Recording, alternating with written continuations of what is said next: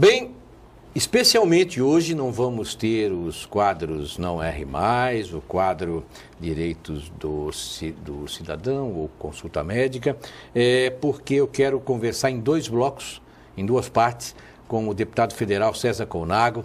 Inclusive, ele não esteve aqui no Café com Leite há muito tempo já, então nós temos muito assunto para colocar em dia com você, telespectador, a respeito da atuação, não dele pessoa não, da atuação da bancada federal no Congresso Nacional. O Congresso inclui a Câmara e o Senado, não é isso? Então eu quero saber como é que essas casas estão trabalhando em prol do Espírito Santo. Royalties, como é que estão, Fundap, como é que está a relação política com o governador Renato Casagrande, que tem às vezes uma certa história, não é do meu partido, eu sou oposição, eu quero que o governador se enrosque, eu quero saber como é que está isso aí perante o Estado do Espírito Santo, que é o que mais importa para todos nós. Bom dia, deputado. Bom dia, Carlos. É um prazer estar aqui. Obrigado. Tem algum tempo que eu não venho, mas não tem tanto tempo, não.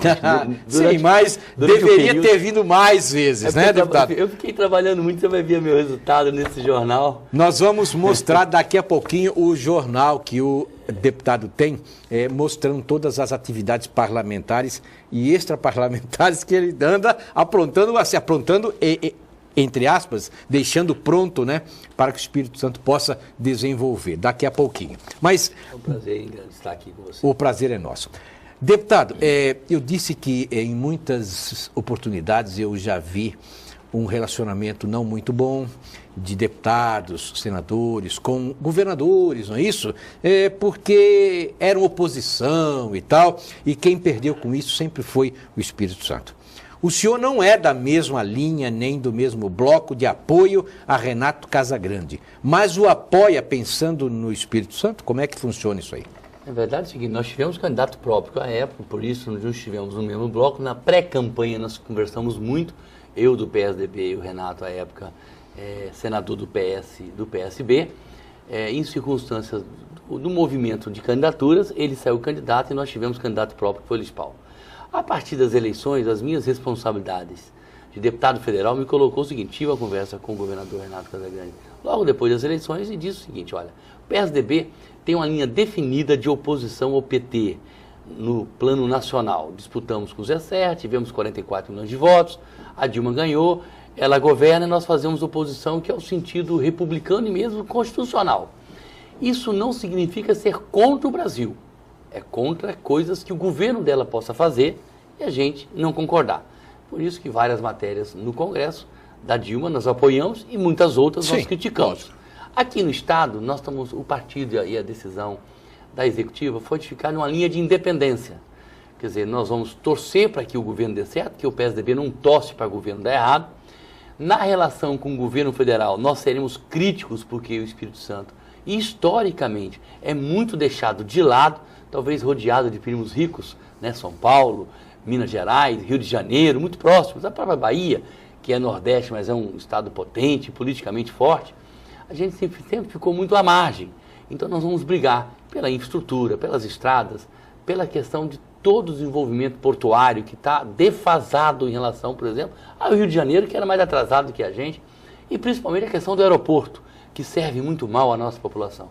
No aspecto das ameaças colocado pelo governo do PT, os royalties, nós não tínhamos esse problema com a lei de 97, foi um projeto de lei do ex-presidente Lula apresentado, que criou essa confusão toda, essa ameaça, e agora o Fundap, colocado pela presidente Dilma, de mexer no ICMS, nós estaremos do lado do Espírito Santo, do lado do Estado do Espírito Santo, e evidentemente o governador Renato Casagrande e a bancada como um todo está uníssona, está junta, para que o Espírito Santo não seja destruído, não acabe com fontes... Aniquilado politicamente. Aniquilado politicamente e principalmente as prefeituras hoje, não sobrevivem sem os recursos do Fundap. São 45 mil empregos, mais ou menos, são 1.300 empresas.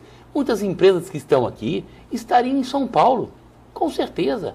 Estão aqui pelo incentivo que existe há 41 anos. Então, nós não podemos aceitar que o governo do PT, o governo pura e simplesmente acabe com isso. Acabe da noite para o dia sem dar atenção. Ela não fez isso com o Amazonas. Ela fez? Lógico com a que Zona não. Franca? Lógico que não. Está lá há mais 50 anos sem discutir com ninguém. E outra, nós estamos numa federação. Então nós temos que ver aquilo que traz prejuízo para o Espírito Santo, que não é pequeno. Lógico. Os royalties, juntamente com o Fundap, é o pacto federativo, porque nós temos, se nós temos renda, nós temos obrigações. O petróleo gera royalties, mas gera o quê? Gera ameaça das questões ambientais, precisa de investimento em habitação, em tecnologia, em ciência, em educação. Então não é da noite para o dia que vai tirar os royalties, porque os outros não têm. Mas tá bom, e os royalties do minério, do manganês? E os outros, da energia elétrica, que o Paraná recebe bilhões? Perfeito. Então vamos discutir à luz dos deveres, das obrigações e dos direitos dos estados, o pacto federativo, revendo tudo. E por que começar logo com o ICMS, que é o único imposto que é a cara do Estado, não é um imposto nacional? Por que não começa a reforma por dois impostos horrorosos, que é a PIS e o CONFINS, que são cumulativos, que são ruins e incidem sobre a produção?